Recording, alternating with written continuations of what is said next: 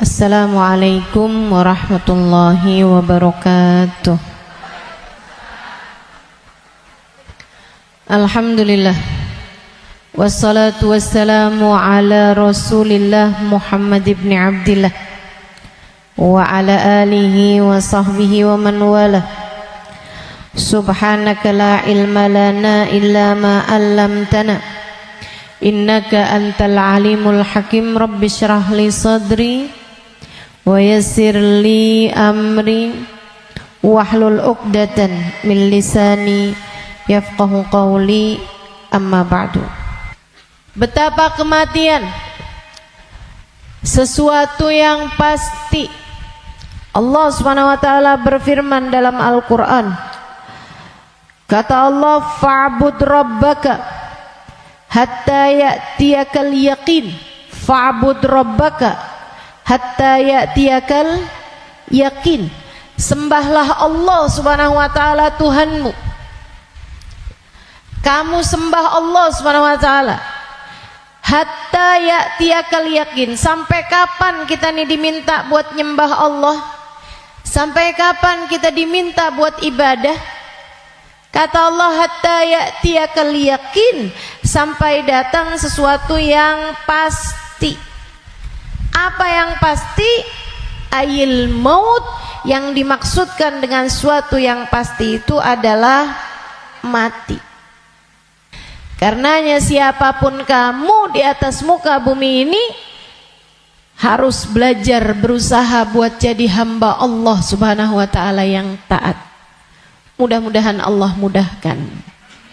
Amin ya rabbal alamin.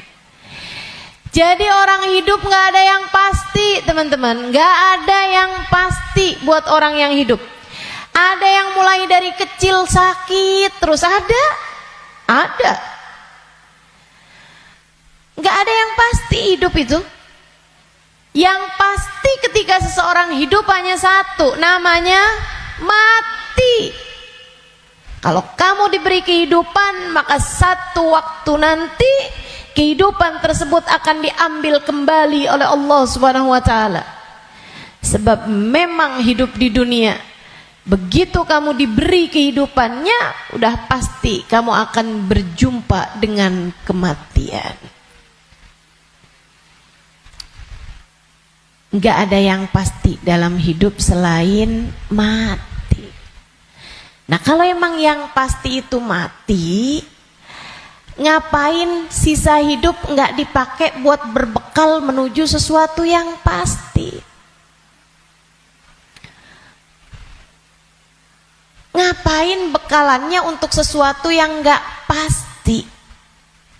Misalnya nih, kamu umur tamat SMA, umur 15.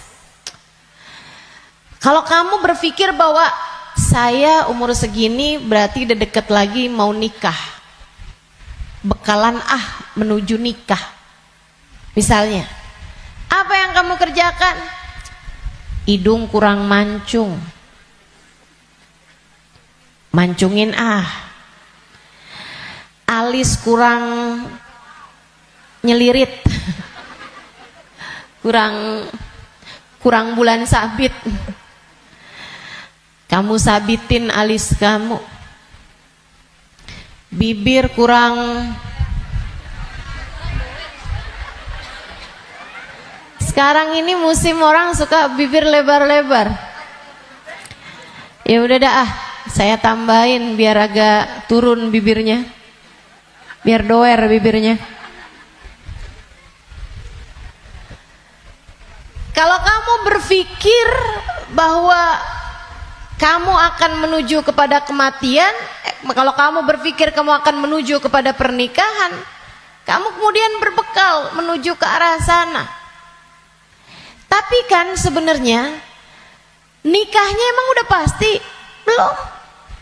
Belum pasti nikahnya. Betul?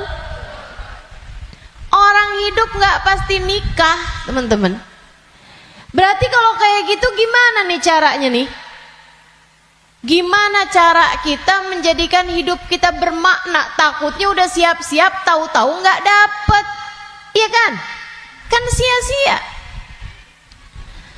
Kalau gitu yang pasti aja, kamu hidup biar bermakna, pastikan hidupmu adalah saatmu berbekal menuju kepada kematian. Saya tuh waktu SD kabarnya pinter. Mungkin ada guru-guru saya di sini. Selamat pagi Bu Guru. Kabarnya dulu pinter waktu saya sekolah. Saudaraku sekalian saya muliakan, tapi saya dulu selalu punya pikiran bahwa bisa jadi umur saya nggak panjang. Walaupun ternyata itu tidak terbukti ya. Sampai dengan sekarang saya masih ada di atas muka bumi ini, udah panjang hidup saya. Dulu itu saya selalu berpikir bahwa bisa saja umur saya nggak panjang. Saya SD, itu saya punya temen sekolah siang, sekolah madrasah, namanya Madrasah Al-Wasliyah. Saya punya temen meninggal dunia. Masih seumuran saya gitu kurang lebih. Sejak saat itu saya kayak selalu berpikir bahwa bisa jadi umur saya nggak panjang. Bisa saja saya juga meninggal dunia gitu. Akhirnya saya suka berpikir bahwa apa yang harus saya lakukan untuk menjadikan yang saya kerja akan bermanfaat kalau umur saya pendek. Akhirnya saya jadi mikir, kalau saya jadi dokter, umurnya harus panjang loh dokter itu. Karena sekolahnya lama. SMP, SMA, kan saya ceritanya SD. SMP, SMA, kuliah. Kuliahnya S1. Habis itu S2. Habis itu ST katanya. Buat jadi dokter spesialis itu kan mesti banyak sekolahnya. Apalagi kalau mau spesialis yang spesialis lagi gitu. Buat jadi dokter yang bagus. Artinya sekolahnya tuh panjang. Baru bisa jadi dokter yang hebat, dokter yang mumpuni di atas usia 30-an tahun, bahkan mungkin 40-an tahun. Habisnya itu dia praktek mengamalkan ilmunya. Berapa lama? Sampai ketika datang ajal menjemputnya. Manfaatnya ilmunya itu berapa lama? Untuk bisa dipraktekkan bermanfaat buat umat manusia gitu. Sampai dengan berapa lama? Sebentar aja berarti. Kita aja kalau udah dirawat sama dokter yang terlalu tua rada was-was. Betul gak? Dokternya mau nulis resep, ambil kacamata dulu gitu kan. Terus nulisnya agak tangannya gemeteran. Takut kita. Ini kalau misalnya dia ngelihatnya salah-salah gitu kan. Atau dia mau nyuntik tangannya udah gemeteran. Waduh udah kayaknya rada gimana gitu. Tapi kita sama dokter muda juga kita ragu-ragu. Betul gak? Coba tuh. Betapa ternyata mau jadi dokter aja itu umurnya cuman dari sekitar 40 sampai ke 50 atau 60 tahun dah gitu. Cuman segitu doang. Sisanya udah enggak tuh. Udah enggak maksimal. Saudaraku sekalian saya muliakan, saya jadi mikir gitu. Wah, kalau gitu enggak usah jadi dokter deh, takutnya umur-umur 30-an tahun saya meninggal, saya enggak bekalan apa-apa nih. Apa ilmu, apa hal yang bisa membuat saya bisa nggak nyesel kalau saya mati muda? Itu yang saya pikirkan lagi zaman saya SD. Hingga akhirnya saya memutuskan untuk saya akan belajar di pondok pesantren. biar saya kenal sama agama Allah, biar saya ngerti caranya jadi hamba Allah, biar saya kenal sama baginda pemimpin agama saya, baginda Nabi besar Muhammad, biar saya bisa dekat dengannya, hingga semoga begitu saya meninggal dunia saya dapat berjumpa dan bertemu dengannya. Itu harapan saya. Akhirnya saya belajar di pondok-pondok pesantren, terus belajar, terus belajar, terus belajar. Saudaraku sekalian yang saya muliakan, alhamdulillah saya rasakan ilmu saya udah bermanfaat dari sejak usia 20 tahun. Saya udah mulai mengajar dari usia 20 tahun dan saya mengajarnya dalam bahasa Arab di kota Tarim, Hadramaut, Yaman. Saudaraku sekalian saya muliakan, pada akhirnya kehidupan mengajarkan kita bahwa jangan mau memperjuangkan sesuatu yang tidak kamu bawa mati. Begitu saya belajar lama, saya jadi ngerti bahwa ternyata bahkan bekalan menuju kematian itu bukan ilmu yang banyak, bukan. Akan tetapi hati yang tersambung dengan Allah penciptanya. Ruh, sebab hulikatir ruhu lil abad.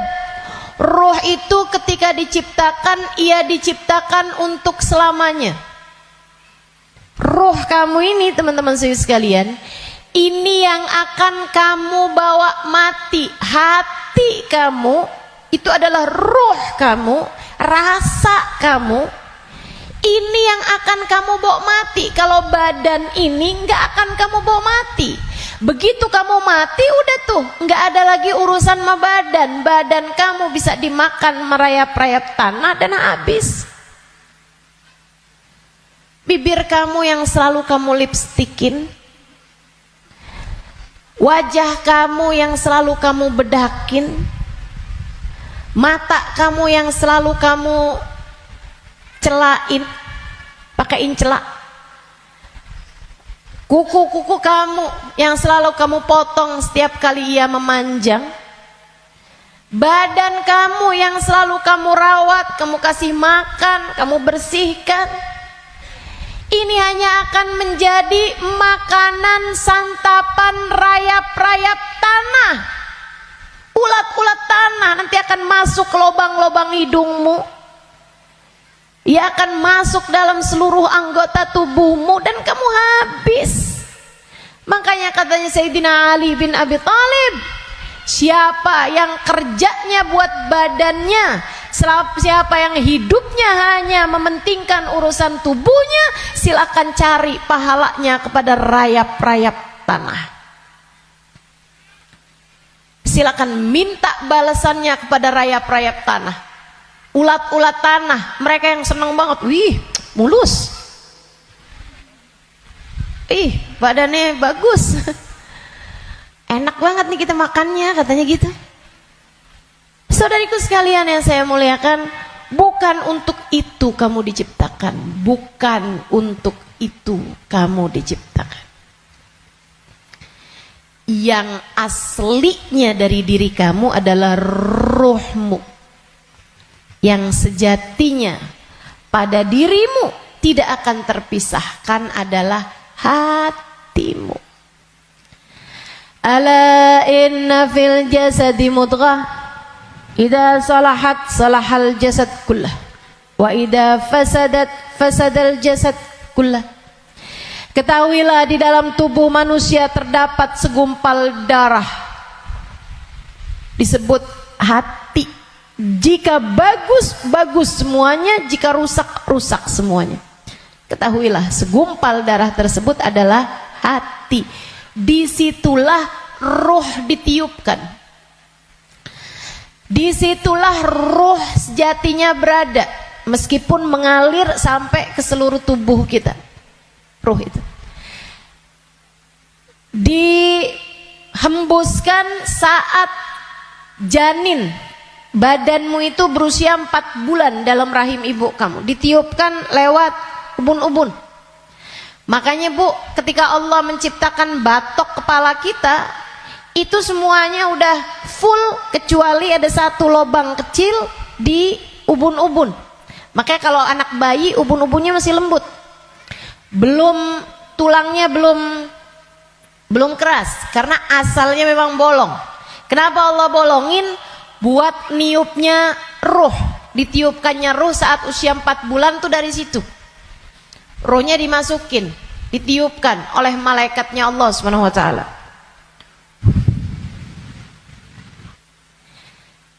Pusatnya ditaruh di jantung atau di hati, pusatnya tuh ditaruh di hati, menyebar ruh tersebut sampai ke ujung-ujung jari. Itu ruh. Kalau datang kematian, dicabut lagi dari ubun-ubun. Malaikat pencabut nyawa sama halnya dengan malaikat peniup ruh, itu memulai pekerjaannya dari ubun-ubun. Ini nyabut nyawanya juga dari sini. Dicabut dari atas kan, yang duluan hilang yang kaki. Makanya orang kalau mati tuh kakinya duluan yang dingin. Yang lain masih hangat tapi kaki udah dingin, itu berarti sudah memulai proses pencabutan nyawa. Sama kayak ada prosesnya bayi ketika keluar, makanya ada istilah pembukaan 1, bukaan 2, bukaan 3 tuh. Sama halnya juga dengan peniupan ruh. Ruh juga begitu. Ketika ditiupkan dan ketika dicabut itu juga seperti itu. Ada masa-masa berhentinya, namanya sakarat.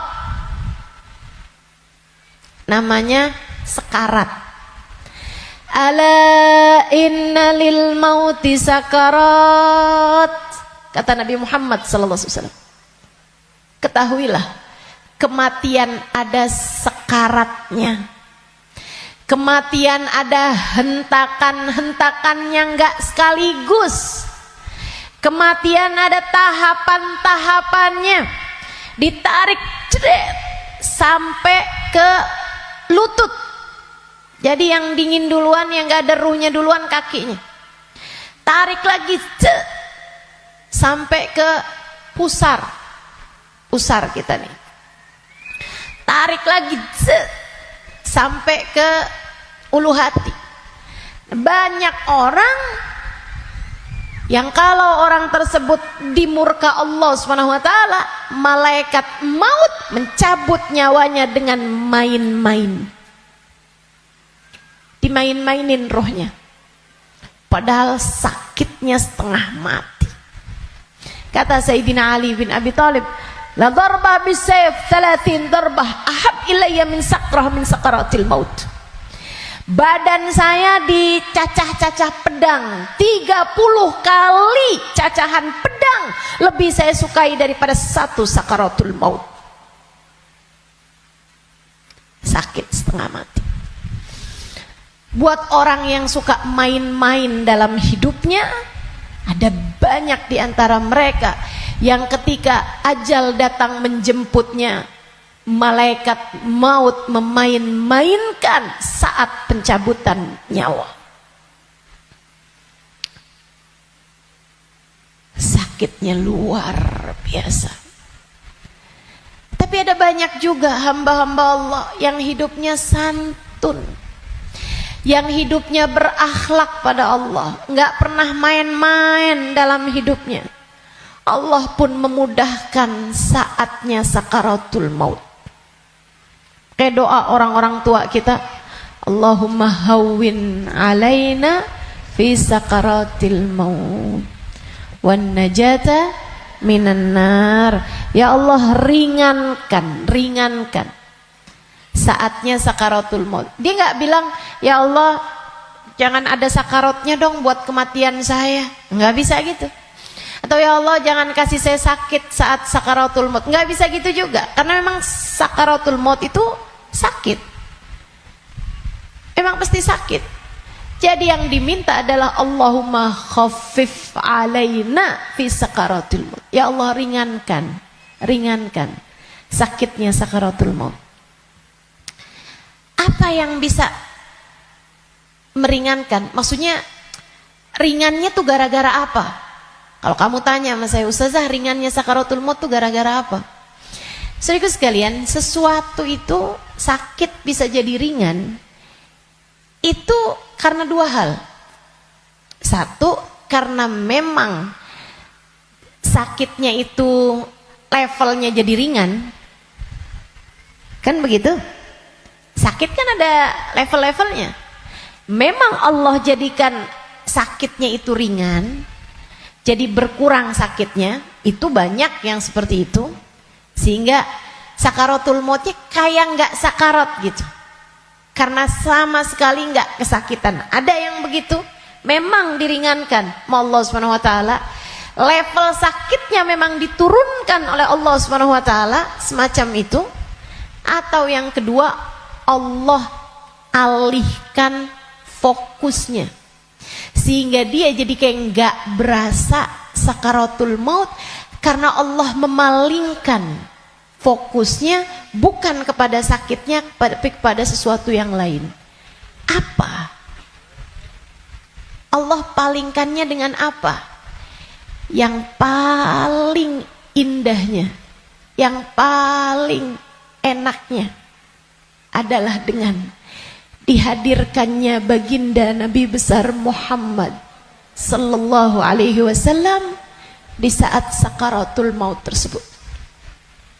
Sakit, tapi enggak jadi terasa sakitnya sebab ia bisa lihat Nabi Muhammad. Sebab dihadirkan Nabi Muhammad untuknya. Sakit, tapi ya nggak terasa. Gimana coba? Gimana sakitnya mau terasa kalau kamu bisa ketemu Nabi Muhammad? Nabi Muhammad misalnya berkata kepadamu, selamat datang wahai umatku. Ya udah nggak ada lagi rasa sakitnya, teman-teman. Udah jadi indah semuanya. Banyak yang begitu juga. Kekasih berjumpa dengan kekasihnya di saat sakaratul maut. Banyak. Kita ustazah gak tahu deh. Minta aja, doa aja, walaupun gak pantas, biar gak nyesel. Betul gak? Betul gak? Mau doa tapi rasanya kayak nggak pantas gitu ustazah. Orang kayak saya kematiannya dijemput sama Nabi Muhammad, emang nggak pantas. Yang kayak kamu ngomongin orang, yang kayak kamu kalau sholat berantakan, betul? Ngarepin kematiannya dijemput sama Nabi Muhammad, siapa kamu? Betul gak? Sama, saya juga berpikir hal yang sama denganmu. Siapa saya? Sampai saya berharap kematian saya dijemput sama Nabi Muhammad. Tidak ada di antara kita yang pantas. Gak ada di antara kita yang layak, gak ada. Gak ada. Tidak saya, tidak kamu, sama. Tapi kita tetap berdoa, kita tetap meminta kepada Allah Subhanahu Wa Taala.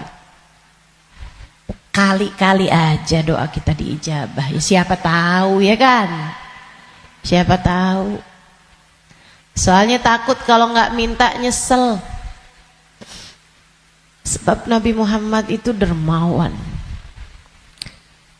Sebab Nabi Muhammad itu dermawan.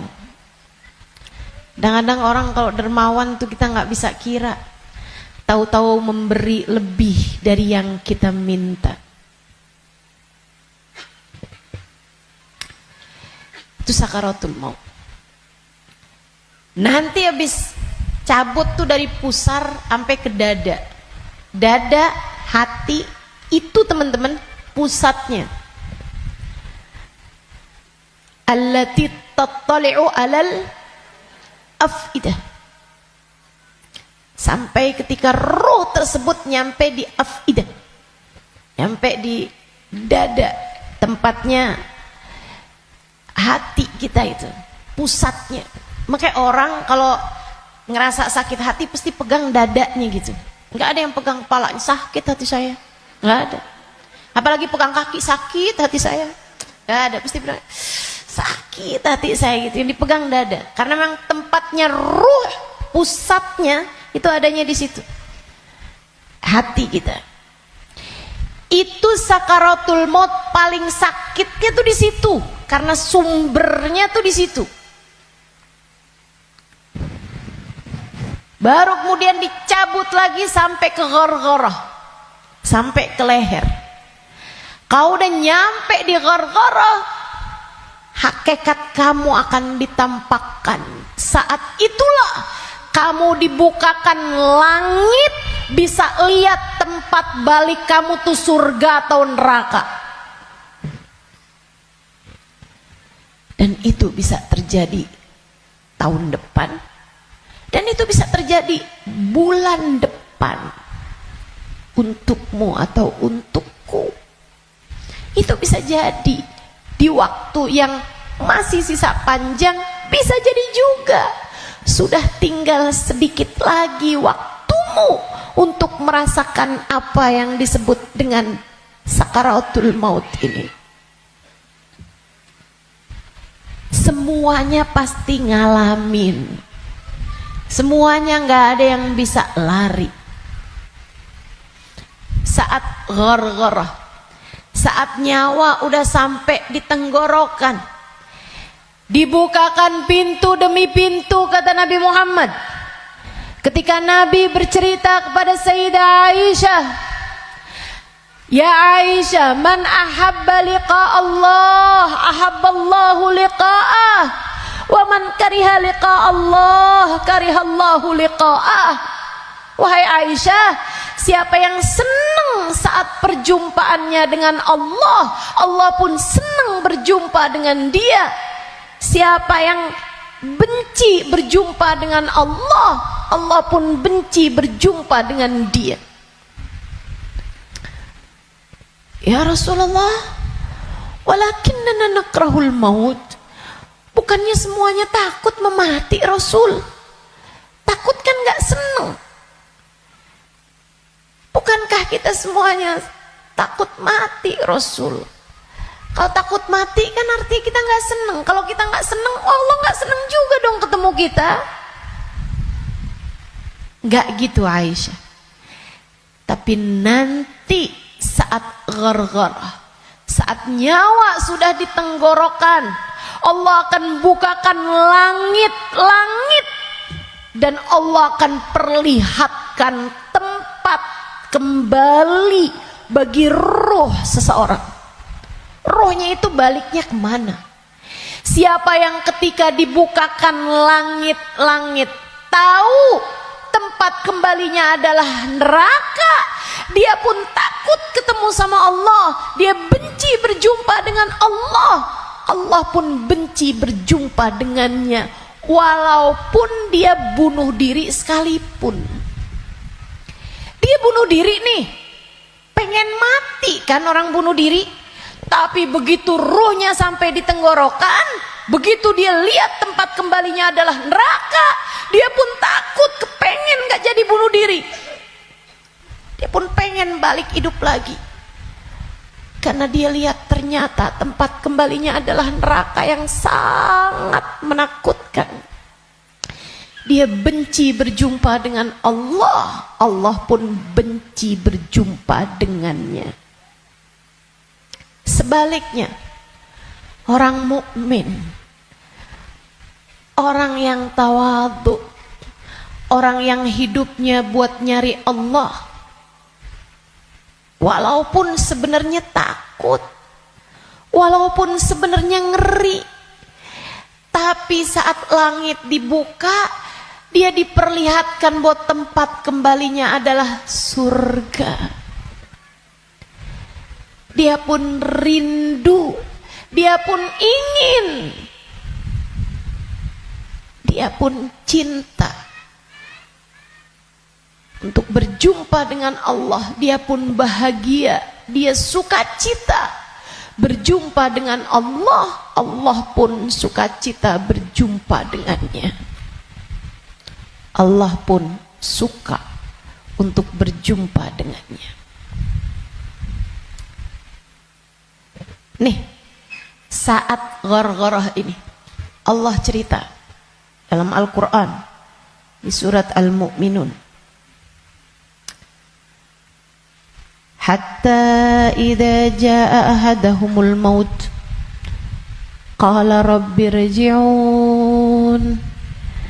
la'alli a'malu salihan fima taraktu kalla innaha kalimatun huwa qailuha wa min waraihim barzakhun ila yaumi yub'atsun. Sadaqallahul azim.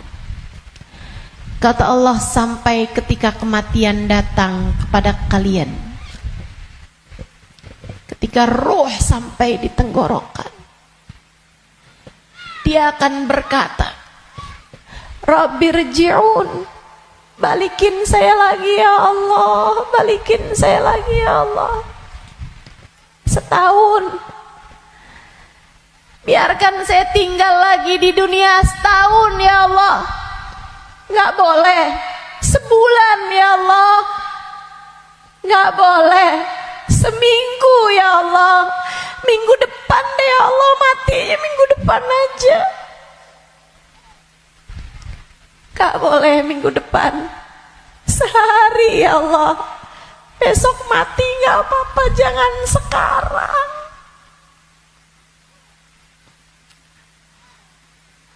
Gak boleh sejam ya Allah, sejam. Sejam lagi matinya ya Allah, balikin lagi ya Allah.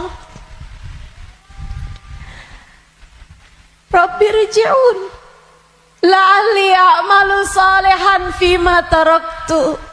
Saya akan segera bagi-bagi harta saya buat sedekah. Saya akan segera sholawatan kepada Nabi Muhammad. Saya bakal segera baca Al-Quran. Saya bakal segera sholat. Saya mau minta maaf sama orang-orang.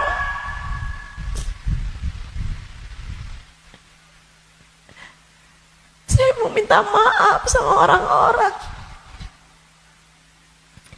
Sisakan untuk waktu walaupun 1 jam.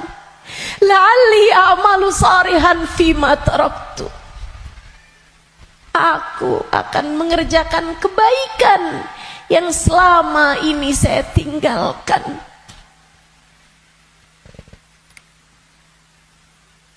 Apa jawab Allah? Kalla innaha kalimatun huwa qailuha. Enggak ada. Sekarang kalimatmu itu hanya jadi omong kosong belaka. Enggak ada ceritanya kamu dikabulkan. Waktunya sudah habis. Game over. End. Udah habis. Kamu nggak punya nyawa cadangan. Kamu nggak punya hidup simpanan. Kamu tidak sedang dalam masa percobaan. Begitu kamu masuk usia balik, semua sudah mulai tercatat untukmu. Tak ada lagi waktu untuk kembali. Innaha kalimatun huwa qailuha. Itu hanya sekedar kalimat disampaikan begitu aja. Kamu minta balik, enggak ada ceritanya. Wa min waraihim barzakhun ila yaumi yub'atsun. Sekarang waktunya kamu hidup di alam barzakh sampai hari kiamat datang.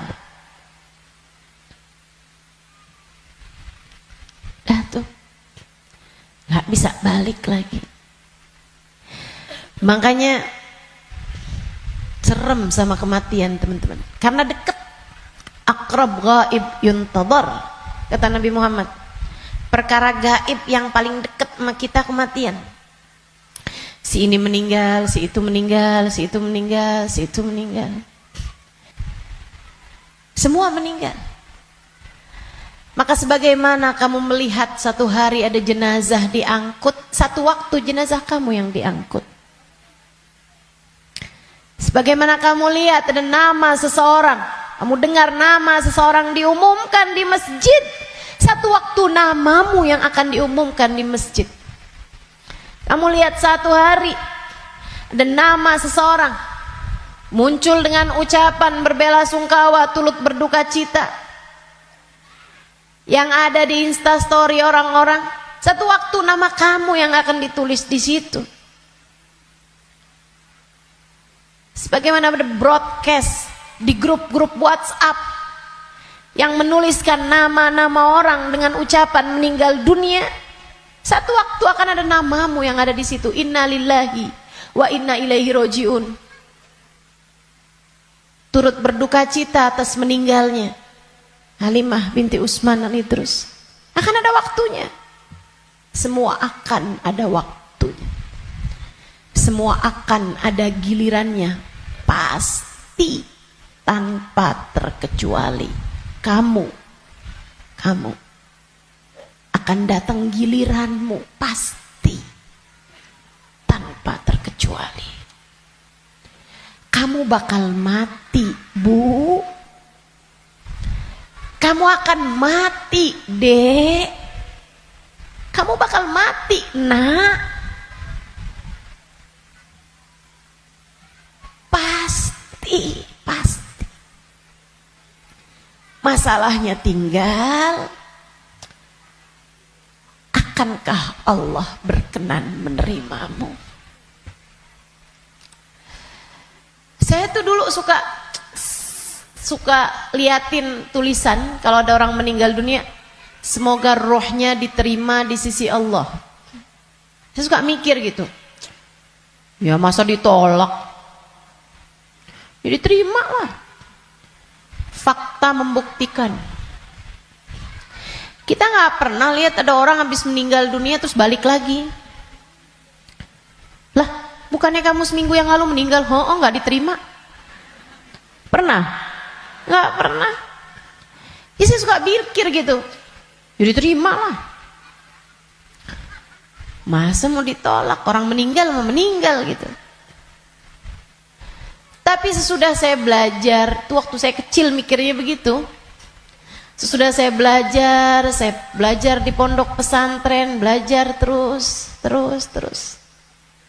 Saya jadi paham betapa berartinya ucapan itu. Sebab kamu, saya, ketika meninggal dunia akan menjadi salah satu dari dua kelompok orang. Ada yang ruhnya diterima di sisi Allah dengan penuh keridhaan. Ada yang ruhnya diusir dari rahmatnya Allah, sebab Allah murka kepadanya.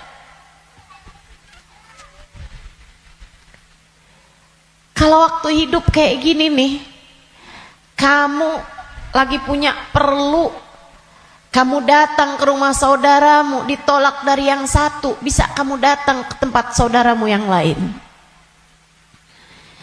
Anak kamu harus masuk rumah sakit, harus segera dioperasi, misalnya gitu. Harus ada DP yang harus kamu bayar, atau ada keperluan apapun misalnya. Kamu bisa datang ke tempat saudaramu, dia nggak bukain pintu, kamu bisa datang ke tempat yang lain. Dia nggak ngasih, kamu bisa datang ke tempat yang lain. Kamu misalnya mau bikin kopi, gulanya nggak ada, misalnya gitu, kamu bisa datang ke tempat saudara kamu, sebelah kamu, tetangga kamu, nggak dikasih, nggak dibukain pintu, atau dia bilang nggak ada misalnya, bisa lagi ke tempat saudaranya, tempat sebelahnya. Orang hidup ini andai ditolak dari yang satu, kita masih punya pilihan tempat yang lain, seapa-apanya masih ada pilihan tempat yang lain. Tapi kalau kamu meninggal dunia, kamu hanya akan menjadi wa inna ilaihi raji'un, hanya akan kembali kepada Allah Subhanahu wa taala. Kalau pintu rahmatnya Allah tertutup darimu, kalau kamu diusir dari kasih sayang Allah Subhanahu wa taala, Allah tidak berkenan menerimamu, kemana kiranya kamu akan pergi?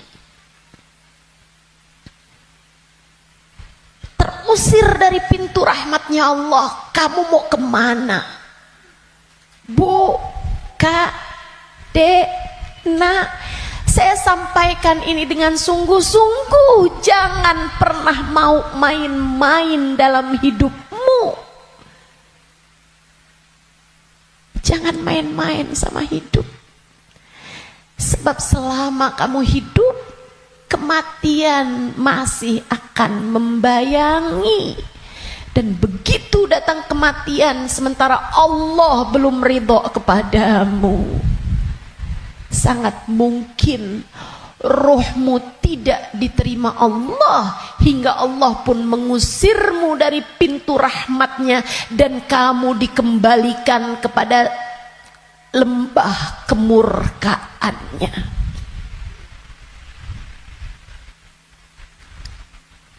Dimurka Allah Subhanahu wa taala.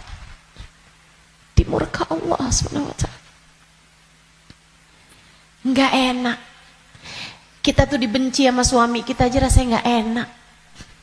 Kita dibenci sama saudara kita aja setengah mati, enggak enak rasanya. Bukan begitu?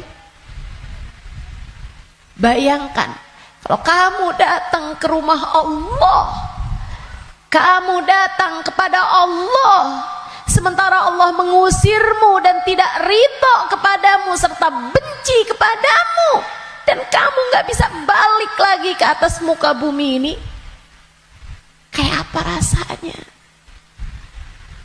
Dalam keabadian kamu dimurka, dalam keabadian kamu dibenci, dalam keabadian kamu tersiksa.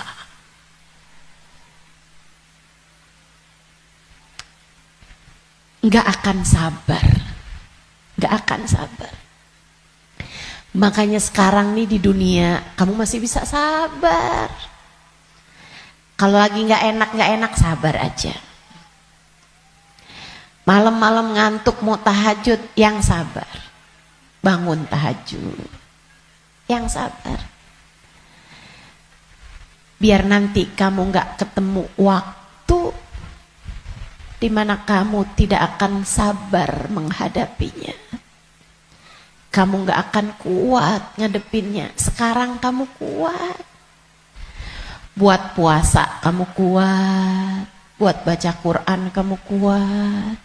Buat hadir majelis taklim kamu kuat. Buat baca maulid kamu kuat. Buat berbuat baik pada orang tua kamu kuat. Buat berbuat baik sama suami kamu kuat. Buat doain anak-anak kamu kuat. Buat ngurusin rumah kamu kuat. Buat ngerjain kebaikan-kebaikan kamu kuat.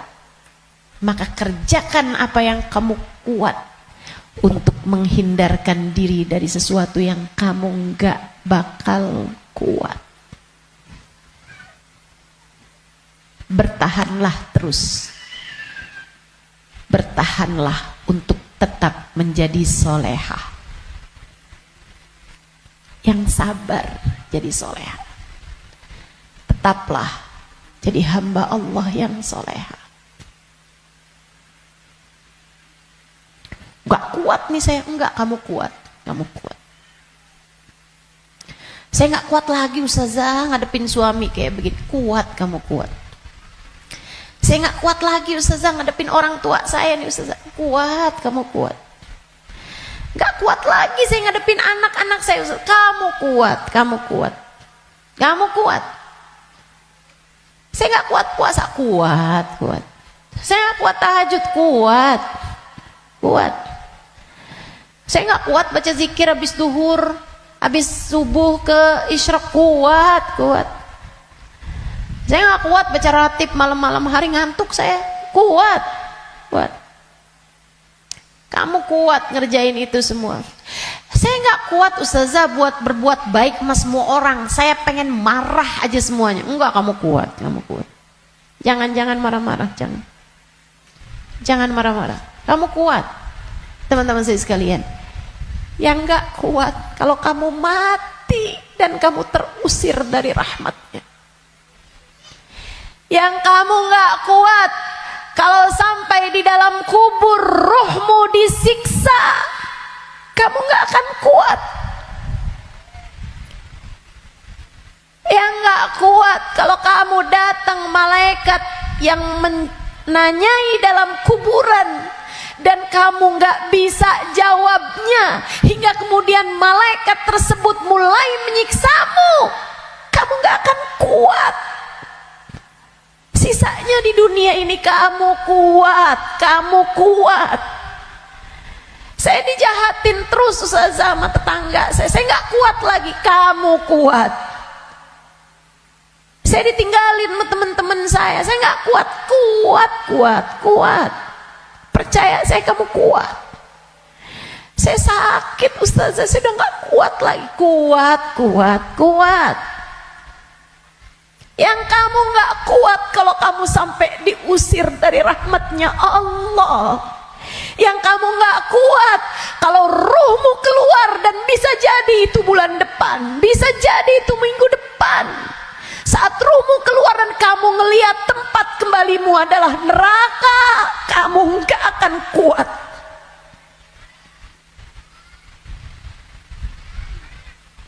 Gak akan kuat.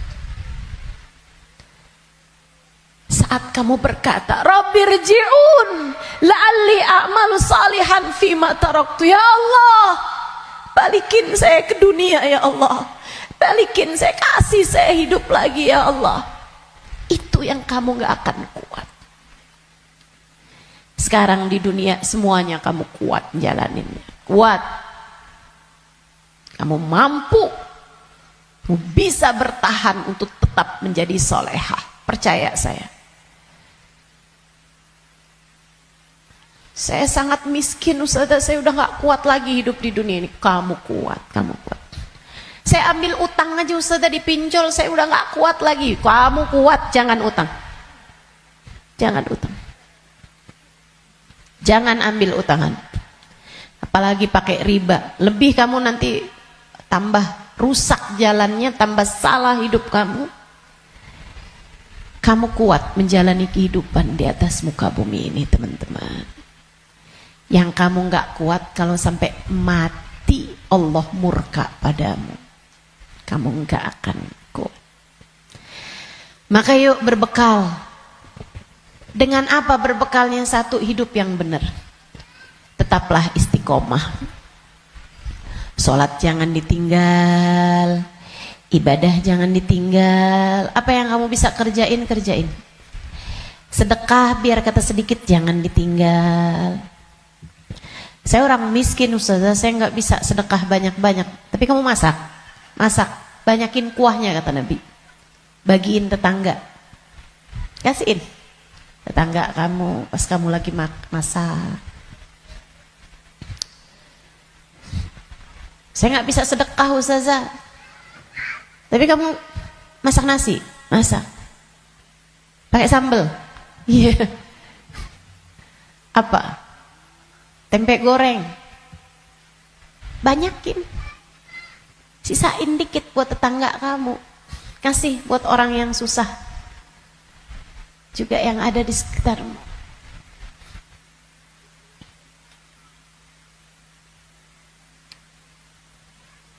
Itu pesan Nabi kita Muhammad SAW. Berbuat baik.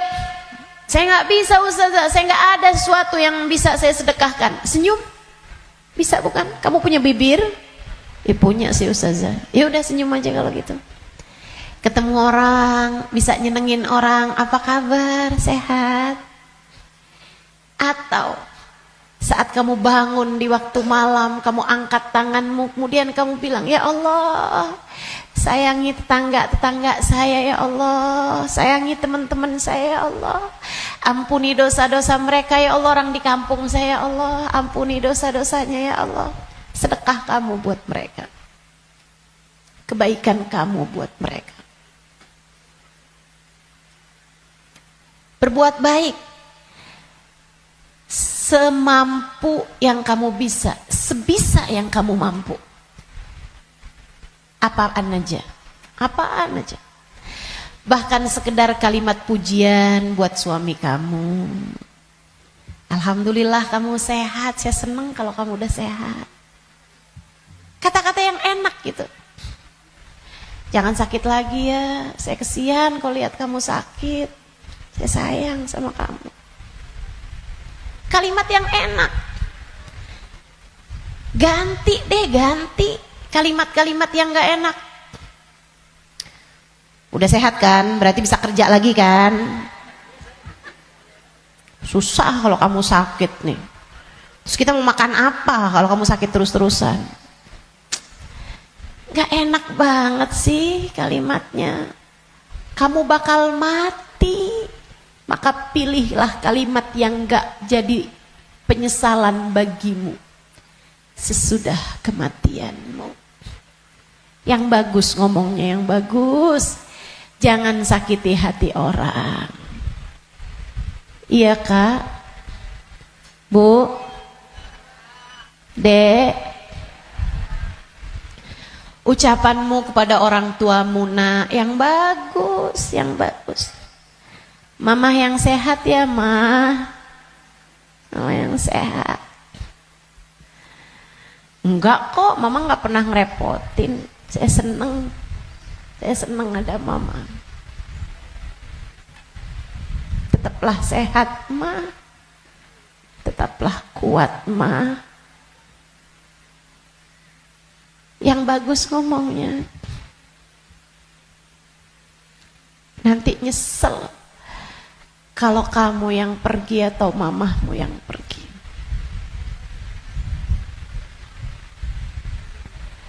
Kepada abahmu, ayahmu, gitu juga. Ngomong yang bagus-bagus aja.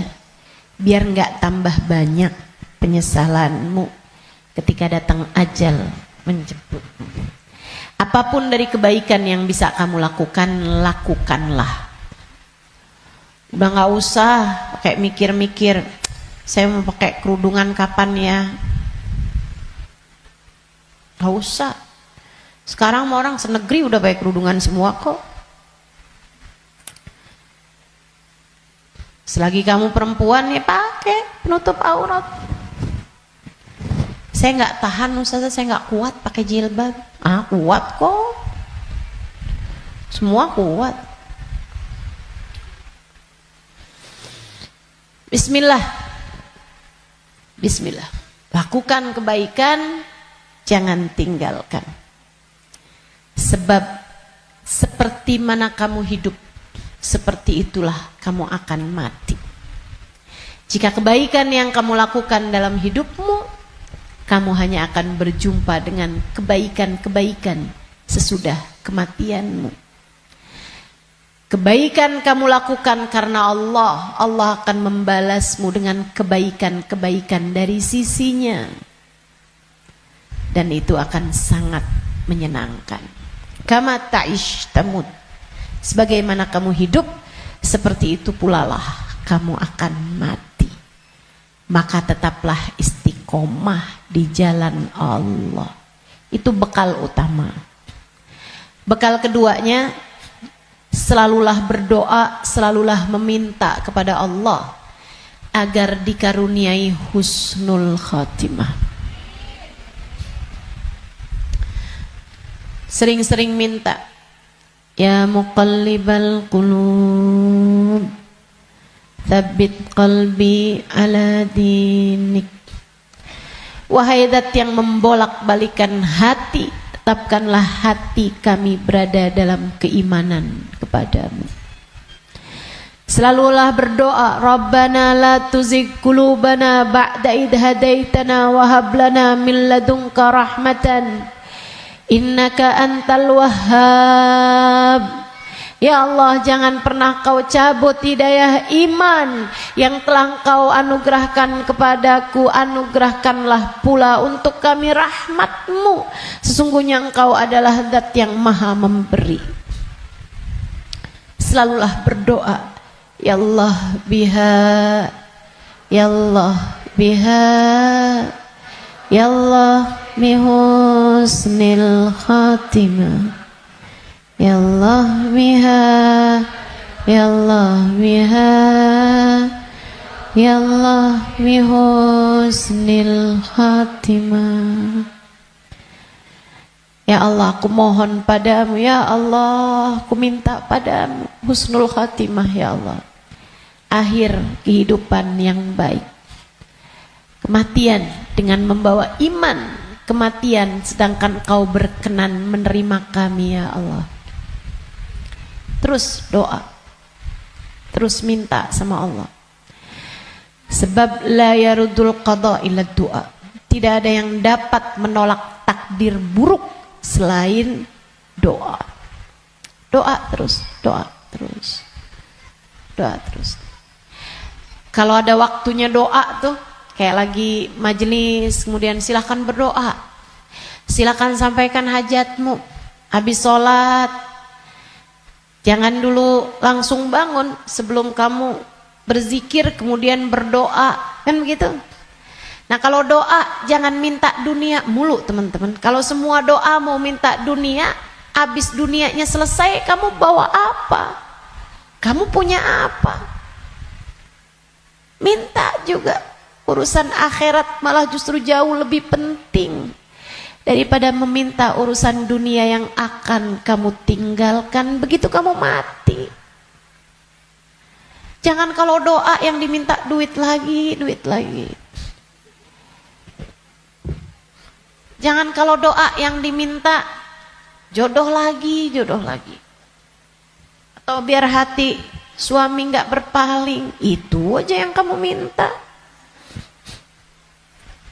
Biar suami nggak poligami, ustazah, itu terus doa saya ustazah. Bukan hanya itu yang kamu perlukan teman-teman. Doa urusan dunia tuh kalau bisa sekedarnya aja. Karena hidup di dunia ini qalil, sedikit, katanya Imamul Haddad, tabalagh bil qalili minal qalili. Bekelan dunia ini sedikit aja lah, karena dunianya itu emang sedikit. Dikit lagi juga mati. Kalau doa itu yang kiranya kamu gak nyesel begitu kamu masuk ke dalam alam kubur. Doanya minta apa? Minta husnul khotimah. Doa minta Allah ridha, minta biar Allah selamatkan, minta biar Allah bahagiakan kalau kamu ada di dalam kuburan, minta biar Allah bahagiakan ketika nanti kamu di padang mahsyar. Jadi begitu ajal datang menjemputmu, kamu masih punya simpenan dari doa-doa yang belum diijabah Allah SWT, yang belum kamu rasakan ijabahnya. Begitu kamu mati, kamu udah punya simpenan doa buat mahsyar. Begitu kamu mati, kamu udah punya simpenan doa buat kubur. Begitu kamu mati, kamu udah punya simpenan doa buat kiamat. Begitu kamu mati, saat di padang mahsyar dibangkitkan, kamu udah punya simpenan doanya, tinggal tunggu ijabahnya. Nah kalau doanya belum pernah kamu doain, gimana mau ngarepin ijabahnya? Nah kamu gak pernah minta, ya Allah kubur saya, ya Allah saya sekarang maunya kubur saya biar seneng, ya Allah. Ternyata kok gak seneng, kata Allah. Nah kamu gak pernah minta. Di dunia yang sering mintanya, biar nanti kamu dapat ijabahnya. Di dunia yang sering minta, ya Allah, jadikan kami ada dalam rombongan Nabi Muhammad. Jadikan kami ada dalam rombongan umat Nabi Muhammad, ya Allah. Jangan cuma di majelis maulid aja doanya. Saat tahajud tuh kamu doa, minta ya Allah nanti di akhirat ya Allah jadikan saya ada dalam rombongan Nabi Muhammad. Biar nanti begitu kamu mati, kamu udah punya simpenan doanya, tinggal nunggu ijabahnya. Kata Allah, ud'uni astajib lakum, mintalah, niscaya akan aku beri.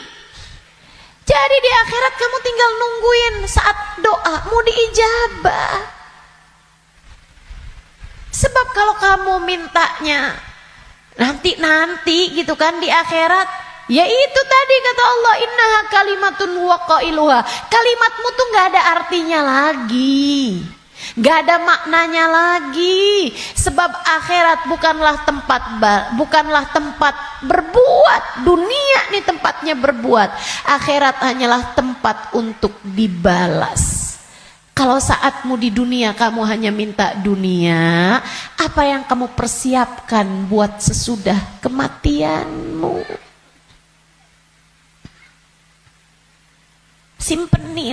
Simpenin doa-doa yang banyak buat akhirat, karena akhirat itu jauh lebih panjang, jauh lebih penting, jauh lebih berarti, jauh lebih bermakna. Dunia ini hanya sebentar, teman-teman. Jangan sampai nyesel. Jangan sampai nyesel. Doa. Doa tidak pernah hanya sekedar. Itu adalah semua yang kamu perlukan. Kita semua perlu doa. Semua perlu doa. Makanya banyak-banyak doa. Minta sama Allah agar kehidupan kamu sesudah kematian menjadi kehidupan yang menyenangkan. Amin ya rabbal. Satu tadi istiqomah taat, bekal menuju kematian ya. Yang kedua tadi apa? Doa. Yang ketiga, teman-teman saudaraku sekalian, bekal menuju kematian itu ampunan dari Allah Subhanahu wa taala. Itu bisa kamu dapat dengan memohon ampunan, beristighfar dan bertaubat, meninggalkan dosa-dosa. Kamu mau berbekal menuju kematianmu, tinggalin dosa. Tinggalin dosa. Tinggalin dosa. Udah deh, ucapkan selamat tinggal buat dosa-dosa. Adik-adik yang sudah umur 20-an tahun, belum datang jodoh, Ustazah saya pacaran ya. Jangan. Kenapa Ustazah? Dosa. Tinggalin dosa. Kamu belum tentu punya waktunya buat taubat. Kamu belum tentu sisa waktumu itu mencukupi untuk kamu bertaubat. Nggak usah deket-deket sama dosa. Ya Ustazah, kalau nggak pacaran kita nggak nikah Ustazah. Siapa bilang? Banyak kok orang-orang nikah nggak pakai pacaran. Dan banyak juga orang pacarannya sama siapa, nikahnya sama siapa. Betul? Betul? Ngapain kamu menghabiskan energi, menghabiskan rasa hanya untuk menjaga jodoh orang? Ngapain? Udah jauh lebih aman kamu gak usah jagain jodoh orang, kamu jagain hidup kamu sendiri. Sebab yang akan mendapatkan balasannya adalah dirimu sendiri. Dek, Nabi Muhammad tuh seneng sama pemuda-pemuda yang taat, lebih daripada senengnya Nabi Muhammad sama orang-orang tua yang taat. Jadi kamu gak usah nunggu tua buat taat. Kamu gak usah nunggu tua buat deket sama Nabi Muhammad. Justru di saat kamu masih muda, andai pun kamu nanti sampai tua, justru di saat muda nih kesempatan kamu buat deket sama Nabi Muhammad. Sebab Nabi senang sama pemuda-pemudi yang hidup dalam menjalani taat kepada Allah Subhanahu wa taala. Dijanjiin barengan sama Nabi Muhammad. dijanjiin ada dalam naungan di bawah arasnya Allah di saat tidak ada naungan kecuali naungan Allah. Syab nasya fi taatillah, pemuda, pemudi, laki-laki, perempuan, muda yang hidup dalam taat pada Allah Subhanahu wa taala. Kamu umur masih 17 tahun tapi sudah istiqomah tahajud, Nabi cinta padamu. Kamu umur masih 17-18 tahun, akan tetapi kamu istiqomah baca Al-Quran, Nabi cinta padamu.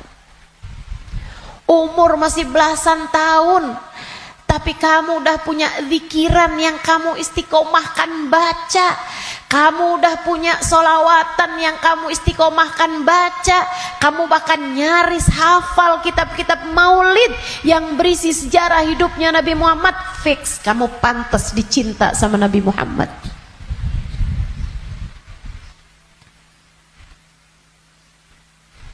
Kamu punya kesempatan besar untuk bisa jadi orang yang kelak di hari akhirat nanti membersamai Nabi Muhammad.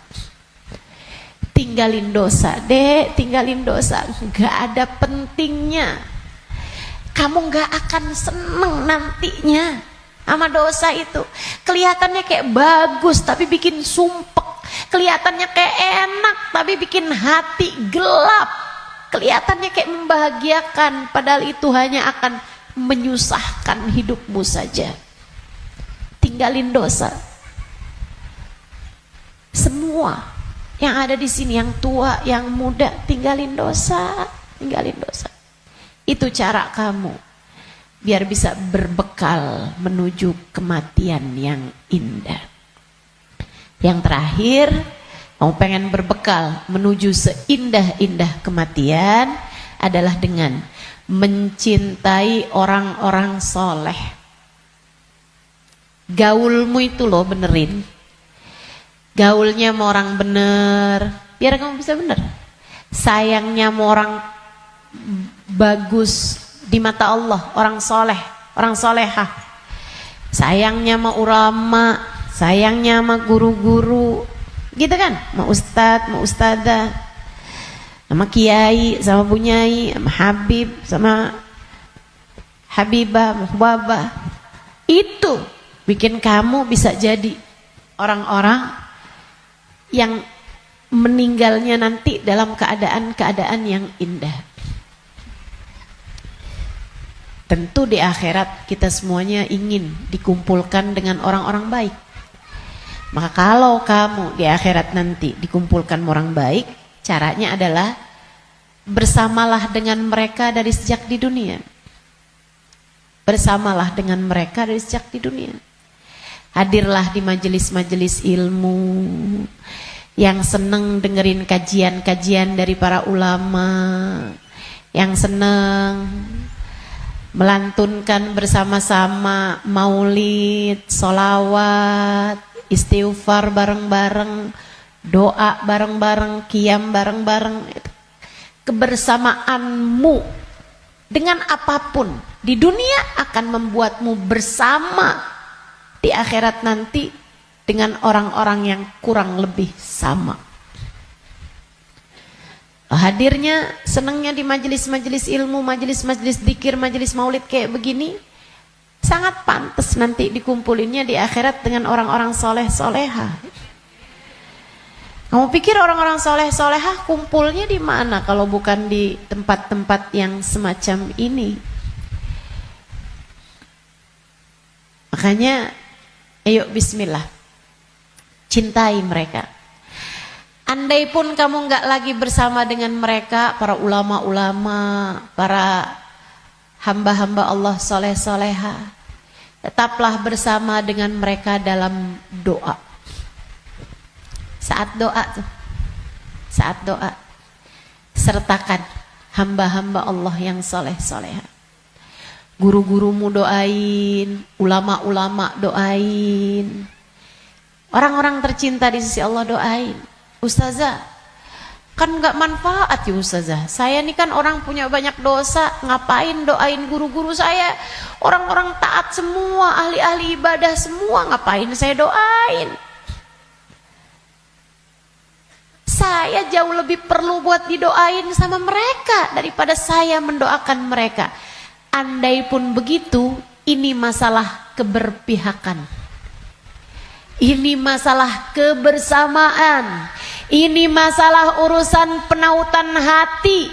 Teman-teman saudaraku sekalian, saya doakan guru-guru saya doakan Habib Umar bin Hafid, saya doakan Hubabah Nur, saya doakan Habib Zain bin Smith, saya doakan mereka biar hidupnya menyenangkan, biar betah hidupnya di dunia, biar sehat. Saya doakan mereka biar semakin dicinta Allah, semakin disayang Allah. Saya doakan semoga lancar dakwahnya, semoga bahagia hidupnya. Saya doakan. Teman-teman saudaraku sekalian, saya doakan. Walaupun saya yakin saya lebih memerlukan doa mereka daripada doa saya. Apalah arti doa saya untuk mereka? Saya tahu itu. Tapi saya tetap berdoa untuk sebuah keberpihakan. Saya doa untuk sebuah keberpihakan. Saya doa. Teman-teman saudaraku sekalian saya muliakan, kamu tahu nggak? Kalau ada artis-artis dunia, aktor-aktor dunia, pemain bola sakit misalnya, yang doain ribuan orang, yang doain bahkan mungkin jutaan orang mendoakan orang tersebut, yang bahkan mohon maaf banyak diantara mereka yang nggak beriman kepada Allah.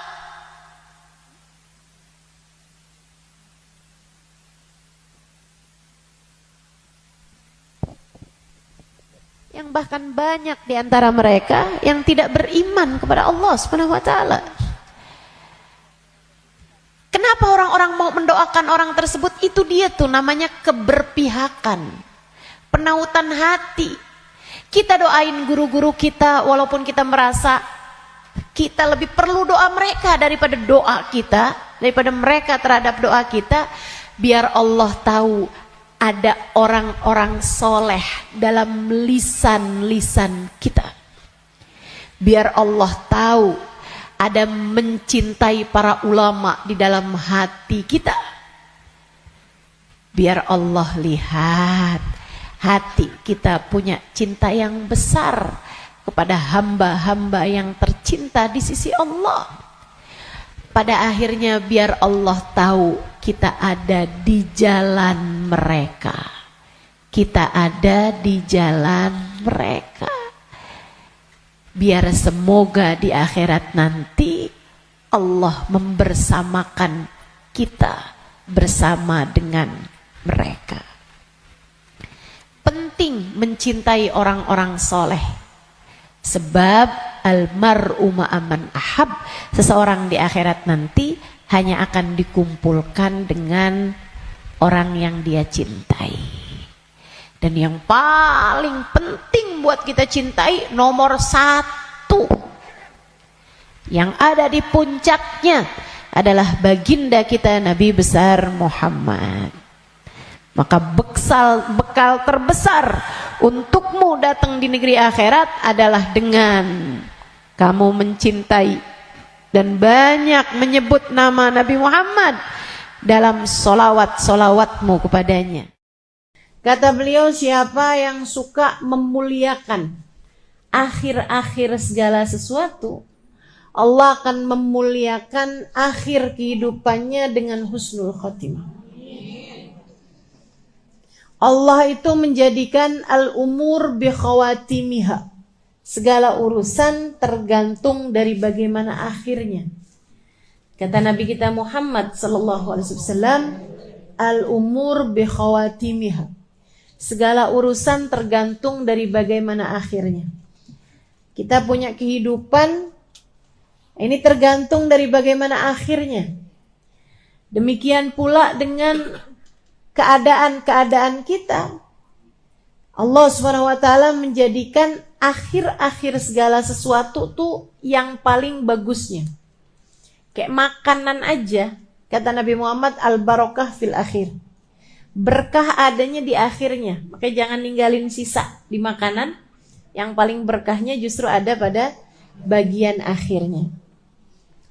Saudaraku sekalian saya muliakan, hari nih, sepanjang hari sama sepanjang malam, yang paling bagus bagian akhirnya. Sepanjang hari ini paling bagusnya saat menjelang maghrib. Saat sore tuh.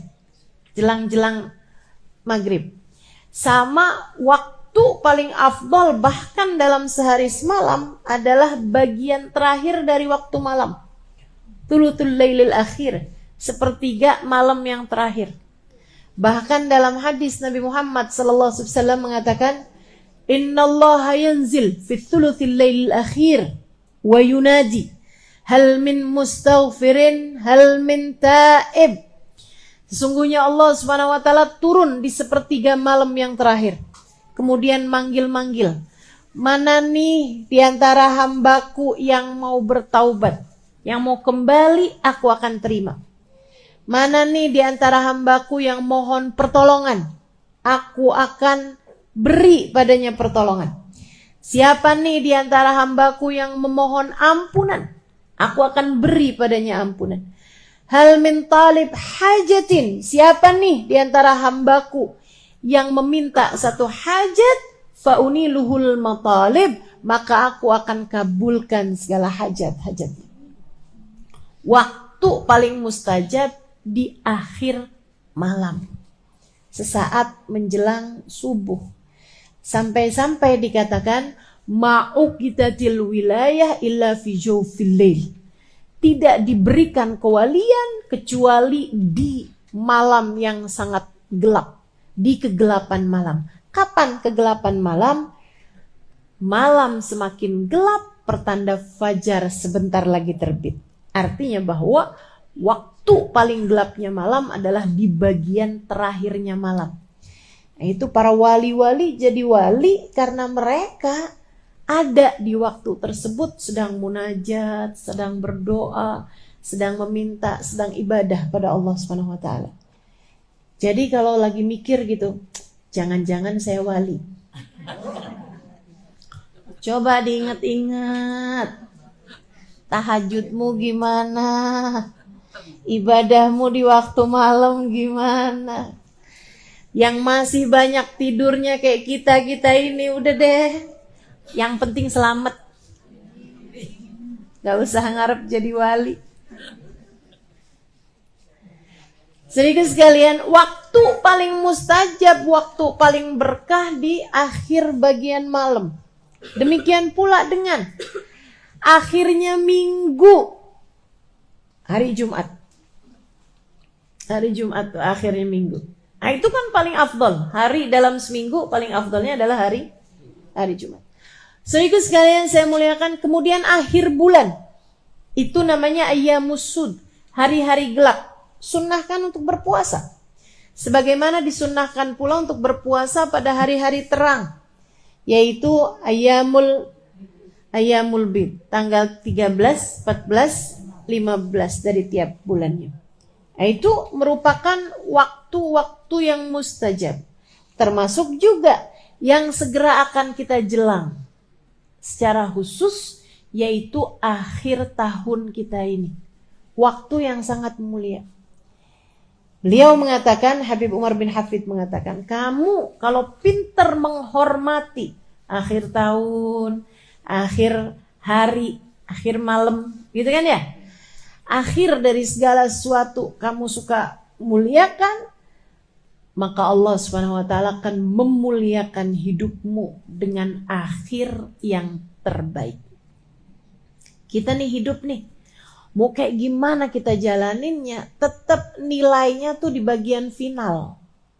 Sama tuh kayak orang lomba mau maraton kah, lomba mau cepet-cepetan setir mobil misalnya, lomba mau cepet-cepetan apapun aja, itu urusannya sama akhir, teman-teman. Gak ada orang ceritanya lomba maraton siapa yang paling cepet jalan di awal, gak ada. Pasti apakah dia nyampe garis finish apa enggak, apakah dia nyampe bagian akhirnya apa enggak. Yang awalnya santai-santai bahkan paling belakang, kalau akhirnya dia sampai di garis finish dalam keadaan paling awal, dia terhitungnya adalah juaranya, pemenangnya. Demikian pula dengan hidup kita.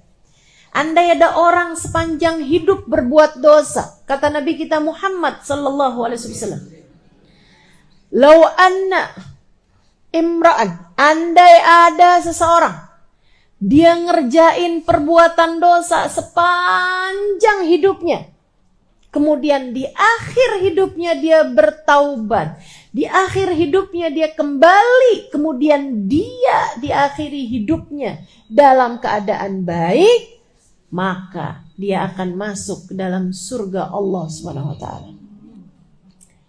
Orang nih kafir sepanjang hidup, begitu akhir kehidupannya masuk Islam. Biar kata baru semenit masuk Islamnya, surga akhirnya. Semua tergantung dari gimana akhirnya. Saudara sekalian saya muliakan, namun sebaliknya juga, dan ini yang kita ngeri.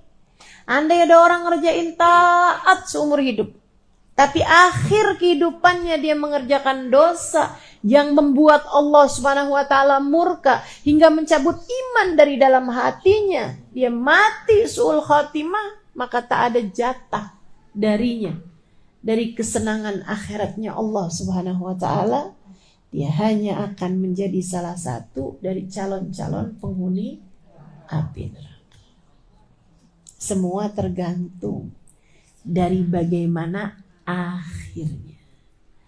Nah, kita mau menuju akhir kehidupan kita nih. Gak ada loh orang yang jalannya mundur menuju kematian, gak ada. Gak ada orang yang tambah lama, tambah muda tuh gak ada. Emang tambah lama ya tambah tua, teman-teman.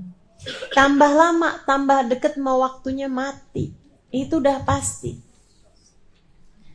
Karenanya kalau kepengen akhir kehidupannya dalam keadaan baik, yuk belajar buat memuliakan akhir-akhir segala sesuatu. Salah satunya adalah dengan kita memuliakan akhir tahun kita ini. Sehingga semoga nantinya saat akhir kehidupan kita, Allah memuliakan kita dalam husnul kematian yang indah, kematian yang bagus, kematian yang bagus. Nah, apa nih yang mesti kita lakukan nih di akhir-akhir tahun semacam ini, teman-teman saudaraku sekalian? Yang paling penting, mesti banyak-banyak minta ampunan dari Allah Subhanahu wa taala. Istighfarnya mesti kita perbanyak. Emang dosanya banyak, minta ampunnya kan mesti banyak juga. Katanya ulama, kalau kamu ngerasa nggak bisa nyamain ahli ibadah dalam ibadah mereka, sekurangnya samain ahli taubat dalam permohonan ampun mereka. Kita mau nyusulin para wali nih dengan ibadahnya. Ya saya udah tahu lah siapa diri saya. Dan saya rasa teman-teman juga ya 11-12 lah sama saya. Kan begitu? Ibadah kita serba terbatas, teman-teman saudara sekalian. Quran kita terbatas, sholawatan kita terbatas. Ibadah malam kita terbatas, sedekah kita terbatas. Lapar puasa kita terbatas, apalagi jaga hati kita terbatas, apalagi segala macam saya terbatas. Kayaknya yang gak terbatas itu cuma dosa. Dibilang ibadahnya banyak, kayaknya masih sedikit deh. Kalau dibilang ada yang banyak, itu adalah dosa. So ikut sekalian saya muliakan, kita rasanya kayak putus asa buat nyamain ahli ibadah dengan ibadah-ibadah mereka. Kalau saya baca tuh, ibadahnya para walinya Allah Subhanahu wa ta'ala.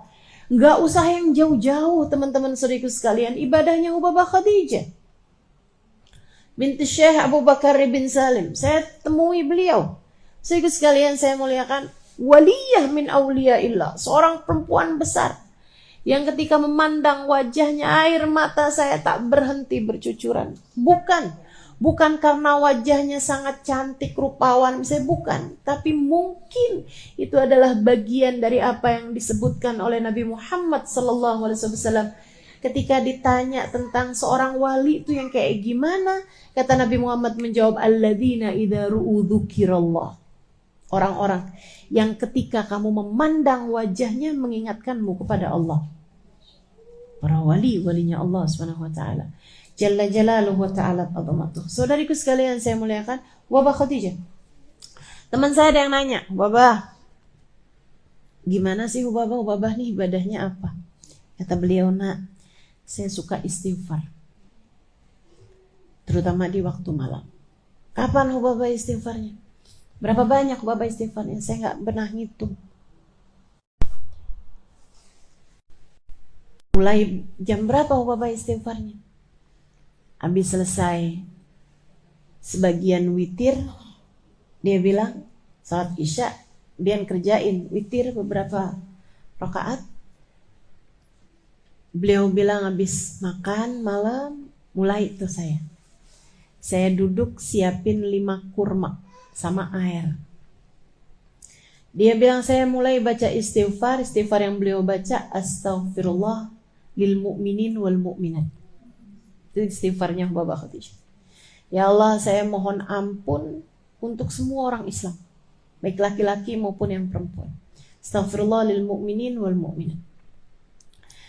Dia bilang saya baca itu nggak saya hitung, sampai saya berasa haus, saya minum air, sampai nanti saya berasa mulai lapar, saya makan, mulai pengen istirahat, saya makan 1 kurma, saya minum airnya, saya baca lagi. Ntar udah kayak berapa lama gitu kan, mulai kering tenggorokannya, minum airnya lagi, makan kurmanya. Dia bilang kalau udah 5 kurma selesai, udah tuh saya berdiri.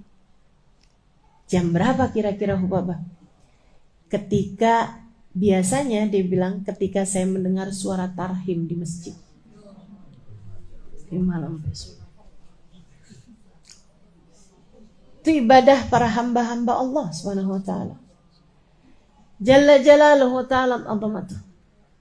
Teman-teman sekalian saya muliakan, para walinya Allah Subhanahu wa taala, kekasih Allah Subhanahu wa taala, demikian keadaan mereka.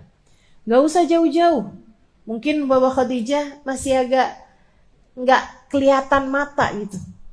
Teman-teman sekalian, Hubabah Nur. Teman-teman semua alhamdulillah matanya telah diizinkan Allah memandang wajah wanita mulia itu. Hubabah Nur binti Habib Muhammad bin Abdullah Al-Haddad alaiha ridwanullah. Itu saudaraku sekalian saya muliakan. Tiap malam baca ratib. Dulu tuh kalau baca ratib, baca la ilaha illallah, itu cuma 40. Lama-lama naik 50, lama-lama naik 100.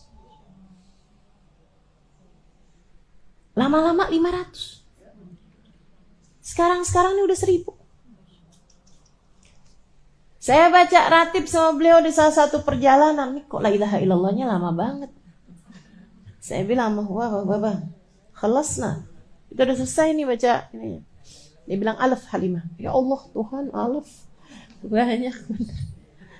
Masya Allah. Beliau, saudariku sekalian saya muliakan, ada tuh teman-teman saya ajakin waktu itu bulan Ramadan.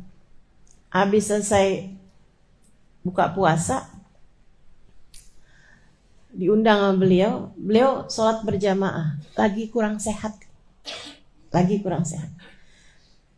Maghrib.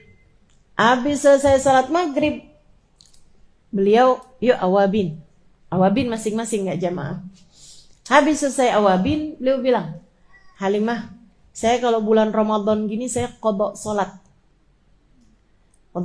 biar kita dapat nih pahalanya kan lipat-lipat nih kalau bulan Ramadan. Barangkali ada sholat kita dulu yang kurang sempurna. Beliau kemudian qadha sholat maghrib, qadha sholat maghrib, isya qadha sholat isya gitu ya. Sholat maghrib berjamaah. Udah. Habis selesai beliau bilang, kita mau sholat tasbih. Tahu kan sholat tasbih? Isya, habis isya, ba'diyah isya sama awabin 6 rakaat. Habis itu sholat qadha 3 rakaat maghrib. Habis itu sholat tasbih 4 rakaat dengan baca tasbihnya kan 300 kali itu kan. Masya Allah, Masya Allah. Sampai teman-teman saya pada bolak-balik nanya, Ustazah sholat apa lagi nih? Ini sholat apa lagi? Kita belum selesai apa sholatnya. Masya Allah. Ubabah Nur. Segitunya beliau bilang, saya ini lagi kurang sehat, Halimah doain. Saya bilang nih kita nih dapetin kurang sehatnya Hubabah. Sehatnya kita aja kayak gak nyampe gitu. Gimana kalau beliau pas lagi sehatnya? Subhanallah, subhanallah. Ibadah, teman-teman sekalian. Ibadah. Kita gak bisa nih nyamain ibadahnya ahli ibadah. Ya sekurangnya lah kita nyamain istighfarnya, permohonan ampunnya ahli taubat. Biar jangan sampai ibadah banyak kagak, dosa banyak iya tapi gak dapetin ampunan banyak. Biar sekurangnya ibadahnya kurang, dosanya banyak, istighfarnya, permohonan ampunnya juga biar banyak. Insya Allah. Jadi di akhir tahun semacam ini teman-teman sekalian, yuk kita banyak-banyakin istighfar. Banyak-banyakin mohon ampun. Banyak-banyakin minta pada Allah SWT, ya Allah ampuni, ya Allah ampuni. Ya Allah ampuni. Istighfarnya kita perbanyak. Bangun tidur kita minta ampun. Habis selesai sholat kita minta ampun. Ini kan? Jalan-jalan banyakin istighfar. Sambilan ngapain kita istighfar. Istighfar terus minta maaf. Minta ampun sama Allah SWT. Allahumma anta rabbi wa ana abduk. La ilaha illa anta khalaqtani. Ya Allah, Engkau adalah Tuhanku, aku adalah hambamu. Ya Allah, Engkau telah menciptakan aku. Khalaqtani fa ana abduka wa ana ala ahdika wa wa'dika mastata'tu. Kau telah menciptakan aku, maka semestinya aku menepati janji dan melaksanakan perintah-perintahmu. Tapi ya Allah, abu'u laka bi ni'matika alayya wa abu'u bi dzambi. Kau datang padaku dengan berbagai macam kenikmatan, sementara aku datang padamu dengan bertubi-tubi dosa. Faghfirli fa innahu la yaghfiru dzunuba illa anta. Ampuni aku ya Allah, tak ada yang dapat melakukannya selain Engkau. Perlu banyak ampunan, teman-teman. Kita ini perlu banyak ampunan. Minta ampun, dilebihin dari biasanya di akhir-akhir hari ini. Di 10 hari terakhir dari tahun ini. Minta maaf sama orang-orang di sekeliling kita. Bukannya lebaran Ustazah kemarinan udah.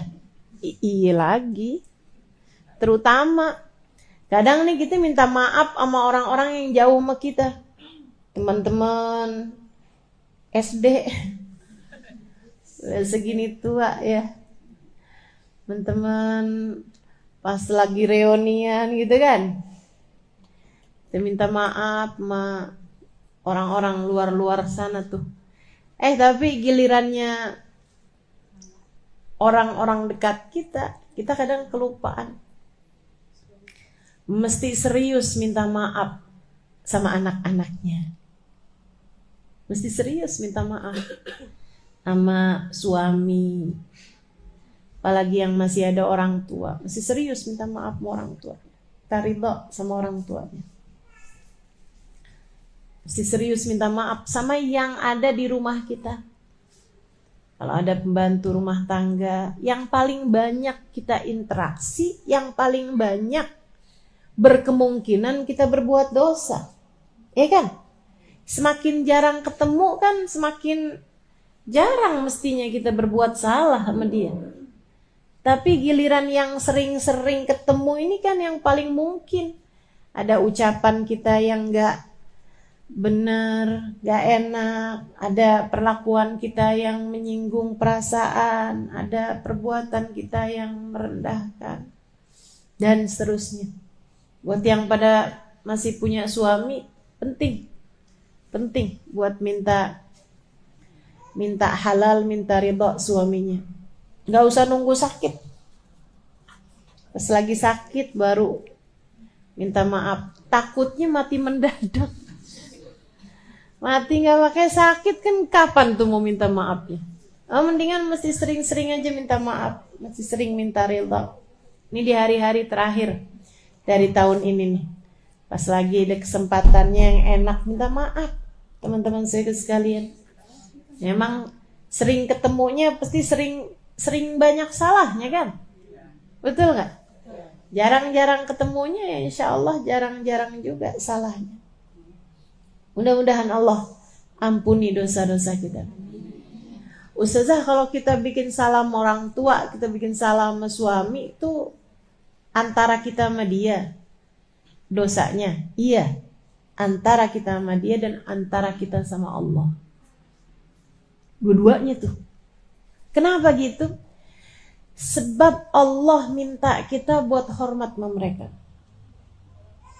Sebab Allah minta kita buat hormat sama suami kita. Karenanya misalnya nih, kita bikin salah yang suami nggak tahu.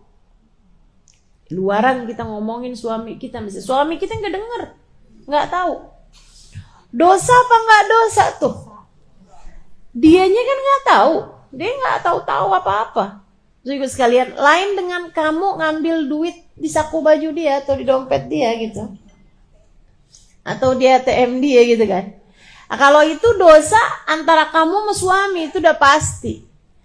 Tapi kalau misalnya kita ngerjain dosa yang suami kita nggak tahu, itu dosanya antara kita sama dia aja atau antara kita sama Allah SWT. Dosa antara kita sama dia karena dianya nggak tahu, nggak dosa kita. Tapi yang lebih besar adalah dosa antara kita sama Allah SWT. Makanya anak-anak muda nih, terutama yang berumah tangganya masih baru awal-awal gitu kan. Ya saya berharapnya seperti itu. Walaupun kadang-kadang orang tua juga suka ada yang genit juga. Malam-malam suaminya udah tidur, dia WhatsAppan sama laki-laki lain gitu kan. Dia ngeliat di scroll misalnya, terus dia kirim DM ke laki-laki di luaran sana, ditanggapi, suaminya nggak tahu, betul, suaminya nggak tahu, tapi Allah tahu. Dan Allah SWT yang memerintahkan kita untuk bisa jaga diri kita, untuk bisa jaga harga diri kita, untuk bisa jaga hati suami kita. Yang minta kita melakukannya adalah Allah SWT. Maka meskipun suami kita nggak tahu, kita tetap dosa. Karena dosanya bukan hanya urusan antara kita dengan suami, melainkan dosa antara urusan kita dengan Allah SWT. Jalla Jalaluhu ta'ala.